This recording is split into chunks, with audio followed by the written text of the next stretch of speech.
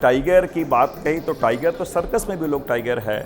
तो मैं जरूर कहा, पहले हमारे चंपई सोरेन जी झारखंड के टाइगर थे, कोल्हान के टाइगर थे, लेकिन अब वो सर्कस के टाइगर हो गए हैं। जिन्होंने गांधी की हत्या की है, जिन्होंने गांधी के विचारों की हत्या की है, जो आदिवासियों को बनवासी कहती है, भारतीय जनता पार्टी की गोद में चले गए हैं, नाथूराम गोडसे के गोद में चले गए हैं। महामहिम राष्ट्रपति द्रौपदी मुर्मू जी वो आदिवासी समुदाय से आती हैं, लेकिन रिंग मास्टर के कहने पे 9 अगस्त को जो आदिवासी दिवस है उसमें उन्होंने एक शुभकामनाएं संदेश तक नहीं दिया।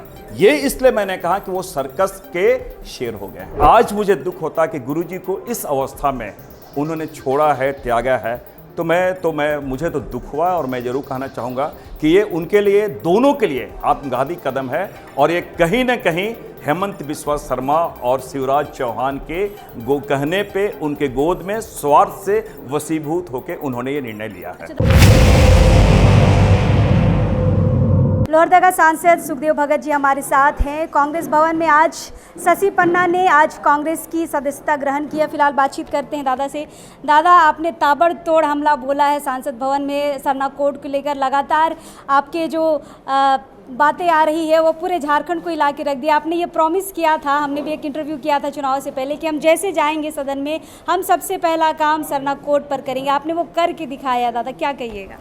निश्चित रूप से यहाँ लोहरदगा संसदीय क्षेत्र का जनता को जो प्यार मिला, जो अपेक्षाएं थी, और बीइंग ए ट्राइबल मेरा दायित्व बनता है, क्योंकि बहुत सेंसिटिव इशू है और देश के सर्वोच्च पंचायत में उन बातों को रखें। और मैं अपने को सौभाग्यशाली समझता हूँ कि मेरा जो पहला प्रश्न था वो सरना धर्म कोड के बारे था और काफ़ी लोगों ने अप्रिशिएट भी किया है।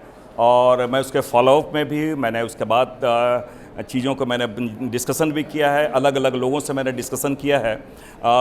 दूसरी बात कि मैं आपको आज कहना चाहूँगा, जैसे आपने शशि पन्ना जी के बारे में जो बातें कही, ये एक्टिविस्ट है, आदिवासी मुद्दों के बारे, विशेषकर झारखंड के मुद्दों के बारे बहुत मुखरता से हमेशा से संघर्षशील रहा है। और संघर्ष करने वाले व्यक्ति मुझे ऐसे भी काफ़ी पसंद है। और मैं उसे तब से जानता हूँ जब मैं विधायक था, अध्यक्ष था। और झारखंड पब्लिक सर्विस कमीशन जो बहुत महत्वपूर्ण एक यहाँ ये है संस्थान है, जिसमें लोग काफ़ी उम्मीद पाल कर रखे हैं। तो जिस प्रकार यहाँ एग्ज़ाम कंडक्ट नहीं हो रहे थे, तो मैं समझता हूँ उस समय से ही हम लोग काफ़ी क्लोज रहे हैं। फिर और बहुत सारे मुद्दे हैं, इनसे मेरी बातचीत भी हुई। मैंने कहा कि एक राहुल गांधी जी जिस प्रकार नए लोगों को प्रमोट कर रहे हैं और विशेषकर ट्राइबल युवाओं को, जैसे वो चाहते हैं कि लोग आएँ, तो उनके विचारों से प्रभावित होकर चाहे कि विधिवत इन्होंने सदस्यता ग्रहण की है, एप्लीकेशन इन्होंने दिया है। और हम लोग चाहेंगे इनकी जो क्षमता है उसका पार्टी को पूरा भरपूर हम लोग फ़ायदा उससे हो। और अभी आगामी चुनाव है, तो हम लोग ऐसे चाहेंगे कि जितने भी इस प्रकार की जो लोग हमसे जुड़ रहे हैं उसका अधिकतम हम कैसे फ़ायदा उठा पाए हैं। दादा, एक बात बताइए, लोग कांग्रेस के साथ जुड़ रहे हैं, लेकिन बहुत सारे लोग गठबंधन से अलग होकर बीजेपी में भी जा रहे हैं। टाइगर कहे जाने वाले, मतलब कोल्हान टाइगर चंपई दा चले गए बीजेपी में, आज लोबिन दा चले गए। क्या कहिएगा, कमज़ोर होगा क्या गठबंधन? देखिए, मैं चाहे चंपई दा है, लोबिन दा है, दोनों मेरे लिए काफ़ी आदरणीय हैं और झारखंड के लोग दोनों को काफ़ी इज्जत की दृष्टि से देखते हैं। लेकिन मैं एक चीज़ ज़रूर कहना चाहूँगा, टाइगर की बात कही तो टाइगर तो सर्कस में भी लोग टाइगर है। तो मैं जरूर कहा, पहले हमारे चंपई सोरेन जी झारखंड के टाइगर थे, कोल्हान के टाइगर थे, लेकिन अब वो सर्कस के टाइगर हो गए हैं। इसलिए मैं सर्कस के टाइगर कहा हूँ कि जिन्होंने गांधी की हत्या की है, जिन्होंने गांधी के विचारों की हत्या की है, जो आदिवासियों को बनवासी कहती है, भारतीय जनता पार्टी के गोद में चले गए हैं, नाथूराम गोडसे के गोद में चले गए हैं। तो जिन्होंने उन्हें टाइगर की संज्ञा दी है, मैं समझता हूँ वो प्रेम, वो श्रद्धा, वो स्नेह शायद उन्हें नहीं मिलेगा। और उसका हस्र इसलिए मैं इस बात को कह रहा हूं कि कभी कुछ दिन पूर्व, अभी लोकसभा चुनाव के वक्त भी आपने देखा होगा कि आदरणीय गीता कोड़ा जी वो चली गई, मधु कोड़ा जी वो चले गए, सीता सोरेन जी वो चले गए। लेकिन मैंने कहा कि आदिवासी इंट्रोवर्ट होते हैं, अपनी बातों को व्यक्त नहीं करते हैं, वो करके दिखलाते हैं। और आपने देखा कि 5 के 5 सीट आदिवासी सीट वो इंडिया गठबंधन में आए। तो इसलिए मैंने कहा कि वो एक अच्छा लगता। मैं कहता हूँ कि ठीक है, विचारों की विभिन्नता होती है। और आज मुझे दुख होता है कि गुरुजी को इस अवस्था में उन्होंने छोड़ा है, त्यागा है।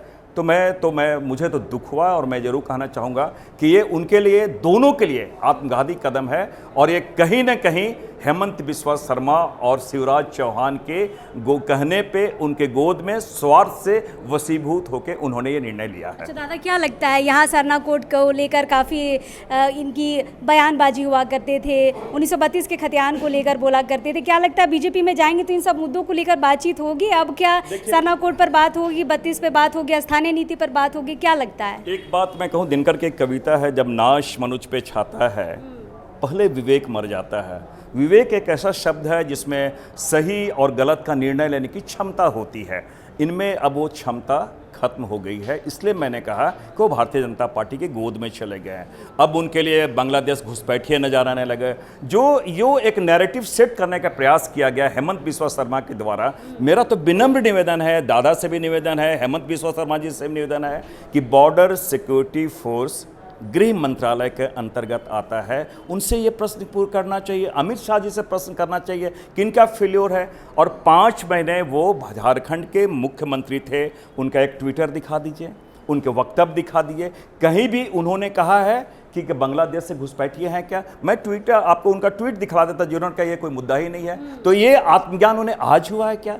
इसलिए मैंने कहा कि वो सर्कस के शेर हो गए, रिंग मास्टर जो बोलेंगे वही काम करेंगे। और मैं तो उनको, चंपई सोरेन जी को एक बात स्मरण दिलाना चाहूँगा कि जो देश के सर्वोच्च जो नागरिक है, प्रथम नागरिक है, महामहिम राष्ट्रपति द्रौपदी मुर्मू जी, वो आदिवासी समुदाय से आती हैं, लेकिन रिंग मास्टर के कहने पे 9 अगस्त को जो आदिवासी दिवस है उसमें उन्होंने एक शुभकामनाएं संदेश तक नहीं दिया।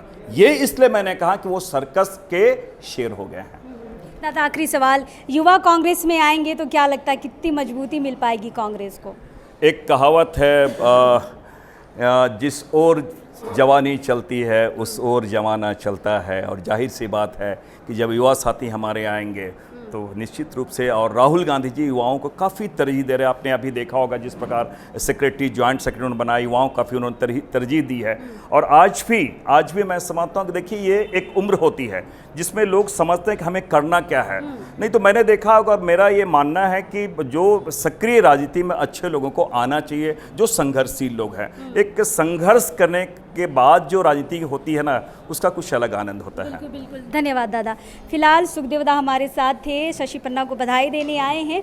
उनका जो काम रहा है, जो मुद्दों पर बातचीत हुई है, दादा ने अपनी नज़रों से देखा है और शायद इसलिए कहीं ना कहीं पर आज यहाँ पर बातचीत करने के लिए आए हैं। फिलहाल बाकी लोगों से भी हम बातचीत करेंगे, लेकिन अभी इस वक्त के लिए जोहार रहेगा।